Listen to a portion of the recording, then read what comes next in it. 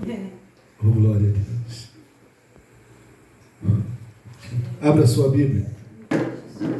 Rapidamente. Vocês podem ser rápidos, eu vou demorar. Oh, glória. Livro de Cântico, ou Cantares de Salomão. Oh, glória a Deus. Cantares de Salomão, Cântico dos Cânticos, como queiram. Capítulo de número 6. Verso de número 11. Amém? Quem achou, diga amém. Oh, glória a Deus. Aleluia. Diz assim. E quem está falando isso é a esposa. Amém? Não é o esposo. Não é a noiva. Não é o noivo, é a esposa. Diz assim: desci ao jardim das nogueiras, para ver os renovos do vale, para ver se brotavam as videiras, se as romãzeiras estavam em flor. Vou repetir: desci ao jardim das nogueiras, para ver os renovos do vale, aleluia, para ver se brotavam as videiras e se as romãzeiras estavam em flor. Você que se colocou de pé, pode ser assim. É só uma palavra introdutória. Ainda tem coisa, cereja do bolo ainda vem. Mas preste atenção. Tem muita gente esperando ver algo de Deus.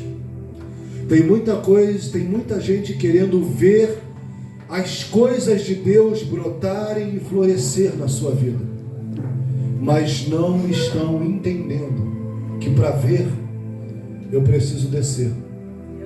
A primeira coisa que a esposa vai dizer, ela queria ver se havia broto na videira, se a romãzeira estava já florindo, mas ela precisava descer. E nota que ela desceu, não foi à vinha e nem ao lugar de romãs. Ela desceu ao jardim das nogueiras. Alguém sabe que árvore é uma nogueira? Alguém já ouviu falar dessa árvore? Qual o fruto ela dá? A nogueira, ela dá um fruto interessante que só se vê uma vez por ano. E justamente na época de final de ano, é uma fruta, uma coisa chamada noz, ou nozes. Quem já viu nozes aqui? Já vi. É interessante, né? Porque é uma casca dura que você precisa quebrar para saber o que tem dentro e se o que está dentro está em perfeita condição de alimentar aquele que abre. Ou seja, eu já começo a entender uma coisa. Quando a esposa está dizendo ao marido assim: olha, eu desci ao jardim das nogueiras, estava dizendo, eu estou descendo no lugar aonde eu vou começar a ver se as videiras estão brotando e se as romãzeiras estão florindo. Mas para que eu veja isso, eu preciso descer à raiz das nogueiras. Porque se a gente quiser mudar um pouco o português, nogueira dá um fruto chamado nozes. Oh, glória a Deus. Aleluia. Você é fruto. Você é fruto de oração. Você é fruto. Alguém dobrou o joelho pela sua vida. Alguém pagou preço por você. Só que você é fruto de oração. Só que você, para ver, você precisa agora descer ao jardim.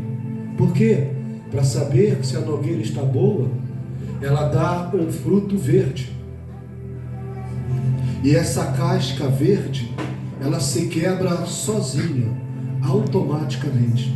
Esse é o momento em que eu e você entregamos a nossa vida para Jesus. Essa casca verde se quebra e se revela um interior que não é bonito.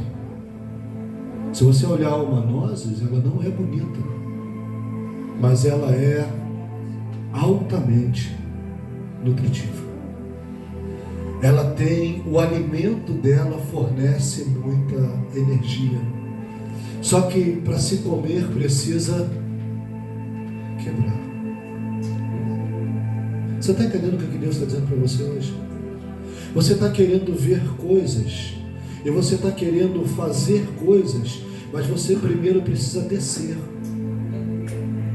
ao jardim das nogueiras e precisa se permitir ser quebrado.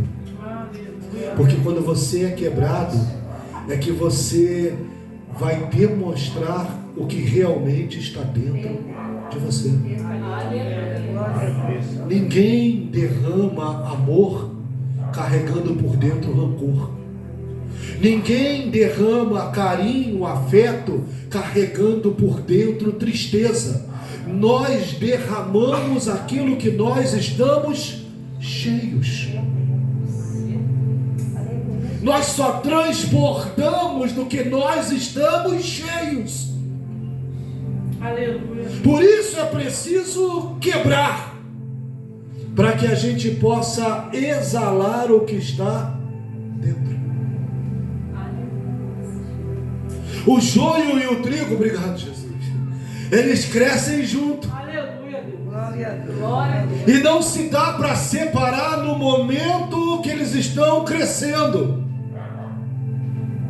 Só se separa o joio do trigo no dia da colheita. Pastor, não entendi. O joio precisa crescer junto com o trigo. E ninguém vai saber quem é joio e quem é trigo até o dia da colheita. Agora nota uma coisa: tanto o joio quanto o trigo podem ser amassados. O problema é quando você amassa um e amassa o outro. Quando a gente amassa o trigo, moe o trigo, o que a gente tem? Farinha de trigo. É alimento bom, saudável.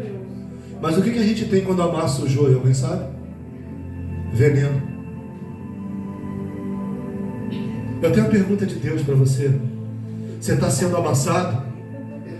Mas o momento que você está sendo amassado, para aquele que te amassa, você é veneno ou você é alimento? Aleluia, Deus. Glória a Deus. Aleluia, Jesus. Aleluia. O que você está exalando, está alimentando, trazendo vida ou está matando vidas? Porque não tem como você estar cheio de uma coisa e exalar outra. De uma mesma fonte não pode jorrar água doce e água salgada. E a igreja está num processo tão interessante. Que processo, pastor? A igreja está jorrando das duas águas. A igreja está jorrando alimento e está jorrando veneno. A igreja está jorrando vida e jorrando morte. Jorra a vida quando é interessante, mas quando é atacada, quando é humilhada, quando é maltratada, destila o seu veneno. Mas é justamente nesse momento em que você está sendo humilhado, maltratado, é que você está descendo ao jardim das nogueiras. Você está sendo quebrado para alimentar aquele que está te maltratando. Eita, Deus. Aleluia. Aleluia. Salmo 23. Oh, glória a Deus. Jesus vai lembrando, a gente vai falando. Por isso que eu falei, não deixa não, não deixa não. Meu Deus. Aleluia, Jesus. Aleluia. Preparas uma mesa diante de mim, na presença dos meus inimigos. Unges a minha cabeça com óleo e o meu cálice o cálice transborda de quê? De óleo, porque está cheio de óleo, ou seja, eu só posso transbordar daquilo que está cheio, mas eu quero entrar no preparo uma mesa. Ei, olha para cá. Mesa não é lugar de exaltação. Mesa não é lugar de exaltação.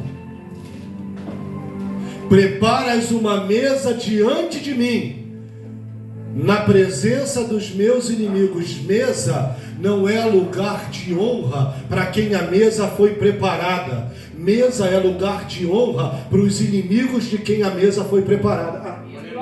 Deus estava dizendo para Davi assim: olha, eu vou preparar uma mesa para você, diante dos seus inimigos. Mas você vai honrar os seus inimigos na mesa. Você vai chamar os seus inimigos para estarem à mesa com você. Ah, mas Jesus que falou, não fui eu. Se ama somente a quem te ama, que recompensa tereis. Amai aquele que vos perseguem e orai por aqueles que vos odeiam. A gente tem vivido um evangelho diferente. A gente tem vivido um evangelho onde a gente tem se tornado feiticeiro. Feiticeiro é aquele que faz oração contrária. Não, eu vou orar e Deus vai pesar a mão. Já cansamos de falar que tanto eu quanto a pastora Filião ora a sua vida inteira, porque Deus não vai pesar a mão. Aleluia. Glória a Deus. Não, mas Deus vai me justificar. Deus vai fazer justiça. Vai? Você está preparado para a justiça de Deus? Porque toda vez que Deus faz justiça para um, Ele decreta juízo para outro. Deus fez justiça para Davi, mas houve juízo para Saul.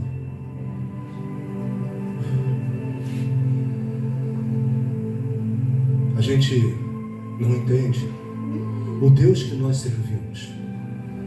Nós só servimos, nós achamos que servimos somente ao Deus que é amor, mas esquecemos do Deus que é fogo consumidor. Nós queremos o Deus que é fogo consumidor para a vida dos nossos irmãos, mas para a nossa vida. A igreja não é isso aqui não, tá? A igreja somos nós. A igreja nunca foi tão boa em observar erros. O problema é que nós estamos observando os erros dos outros. Aleluia. Mas não olhamos o nosso. Aleluia. Primeiro eu tenho que tirar o largueiro que está no meu, para depois enxergar o cisco no olho do meu irmão. Sabe o que Deus está falando para você? Você quer tratar da vida de alguém? Primeiro seja você tratado. Você quer curar a vida de alguém? Primeiro seja você curado. Aleluia. Você quer sarar a vida de alguém? Primeiro seja você sarado. Você quer transformar a vida de alguém? Primeiro seja você transformado. Existe uma etapa. Primeiro eu desço ao Jardim das Nogueiras. Depois eu vou observar o que Deus está fazendo ao meu favor. Eu vou observar o que Deus está preparando, mas não consigo observar o que Deus está fazendo enquanto eu não descer. Segundo Reis, capítulo 5, verso de número 14. Pastor, abre para mim. Eu quero terminar, Jesus. Eu quero. Aleluia, Deus. Aleluia, Pai. Segundo Reis 5,14, é isso, Jeová? É. Naamã recebe uma ordem. Naamã vai falar com o profeta Eliseu, amém? O profeta Eliseu não recebe Naamã. Manda Geazi, seu servo, falar com Naamã. Sabe qual é a palavra rema, revelada, a palavra que o Espírito traz à tona nessa noite? Naamã foi falar com Deus, que tipificava o profeta Eliseu. Só que Deus não recebe ninguém de qualquer jeito. Para falar com Deus tem que estar limpo. Deus então manda Geazi, o Espírito Santo, falar com Naamã. E quando Deus manda o Espírito falar, o Espírito não fala o que eu quero ouvir, ele fala o que eu necessito ouvir para que eu possa chegar até Deus. E Geazi vai dizer para ele assim: olha, vai mergulhar no Jordão 7 vezes e será curado. Naamã queria que o próprio Deus recebesse, mas não tinha como, irmão, falar com Deus sujo. Porque o meu e o teu pecado fazem separação entre nós e Deus. A oração do pecador é a única oração que Deus não ouve. Mas pastor, então somos todos santos? Não, somos pecadores. Existe uma diferença entre ser santo e ser pecador. Pecador é aquele que continua pecando e não reconhece o seu erro. E santo é aquele que peca. Que isso, pastor? Como é que santo é aquele que peca? É aquele que peca, mas reconhece, vai aos pés do Senhor, pedir perdão e não pratica mais o mesmo ato. Pode errar em outra coisa, vá e não peques mais. Mas em outra área, somos assim. A nossa vida é de fé em fé. Naamã sai dali irritado, porque foi falar com Deus e Deus não recebeu. Foi falar com Deus e Deus deu uma palavra contrária para ele. Ele queria ser curado, mas Deus falou: olha, você tem que fazer alguma coisa. E a gente quer as coisas de graça, com facilidade. A gente quer que Deus dê, que Deus faça. Só que o que Deus tinha que fazer, Ele já fez. João 3,16. Porque Deus amou o mundo de tal maneira que deu seu Filho único. Deus já deu. Naamã sai dali irritado, querendo ir embora. Aí vem o segundo papel do Espírito Santo agora, através dos servos de Naamã. Você já não chegou até aqui? Se o homem de Deus tivesse te pedido outra coisa pior, você não faria? Por que não mergulha? Naamã Você entendeu qual é o segundo papel do Espírito? É te encorajar a prosseguir naquilo que Deus falou para você que era contrário ao que você queria. Porque é justamente nesse momento que você vai de encontro ao que é o contrário ao seu querer, mas que é o querer de Deus, que você começa a descer. Sabe qual era o problema de Naamã? Naamã, porque ele queria ser atendido, e muitas vezes nós estamos assim. Nós queremos ser atendidos por Deus, mas não queremos nos colocar na posição que Deus quer para que Ele nos atenda. E aí vem o texto que Deus queria chegar nesse tempo aqui agora. Porque para ser curado, Naamã precisava descer. Mas isso está escrito, gente, que Naamã tinha que descer?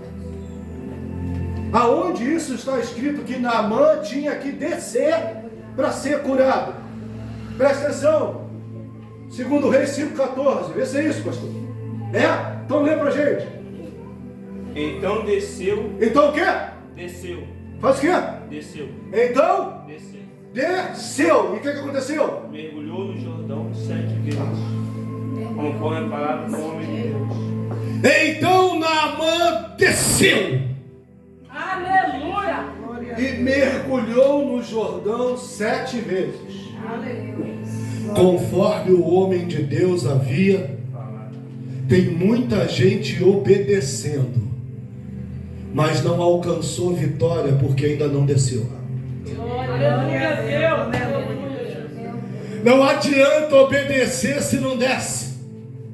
Não adianta obedecer se não desce. Vou repetir 10 vezes. Não adianta obedecer se não desce. Descer é se colocar em posição de humilhação, reconhecendo que o Senhor é maior. É mostrar, é tirar as suas vestes e mostrar a sua podridão. É quebrar a nogueira, quebrar as nozes e exalar o que está dentro. Isso é conversão. Conversão é aquela setinha assim na estrada, ó.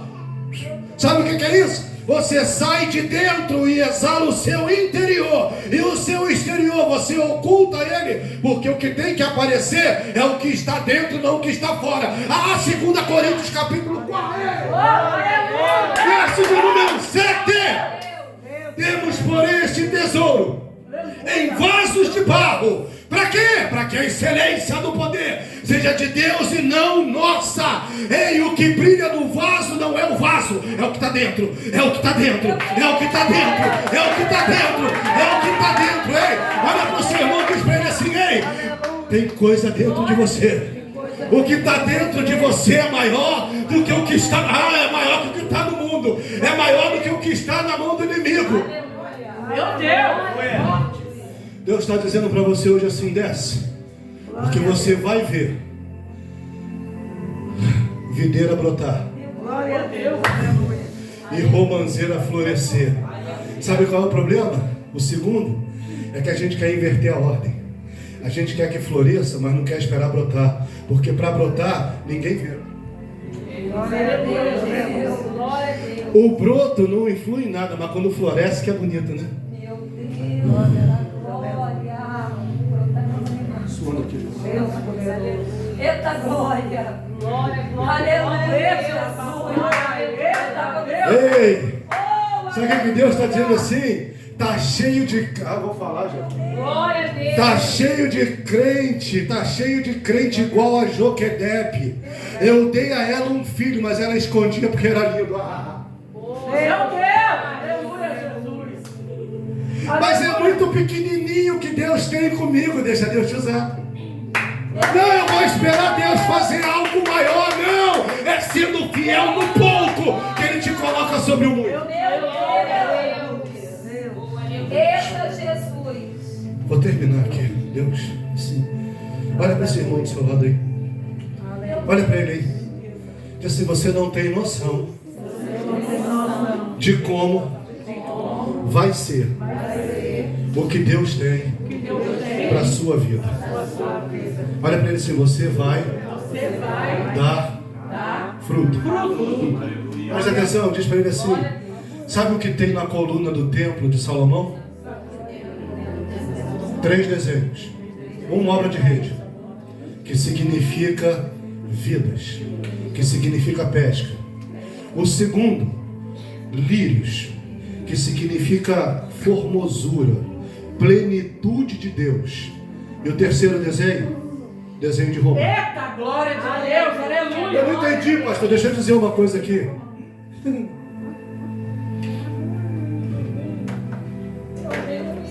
Deus. O que Deus tem para você de fruto não é uma árvore só que vai dar.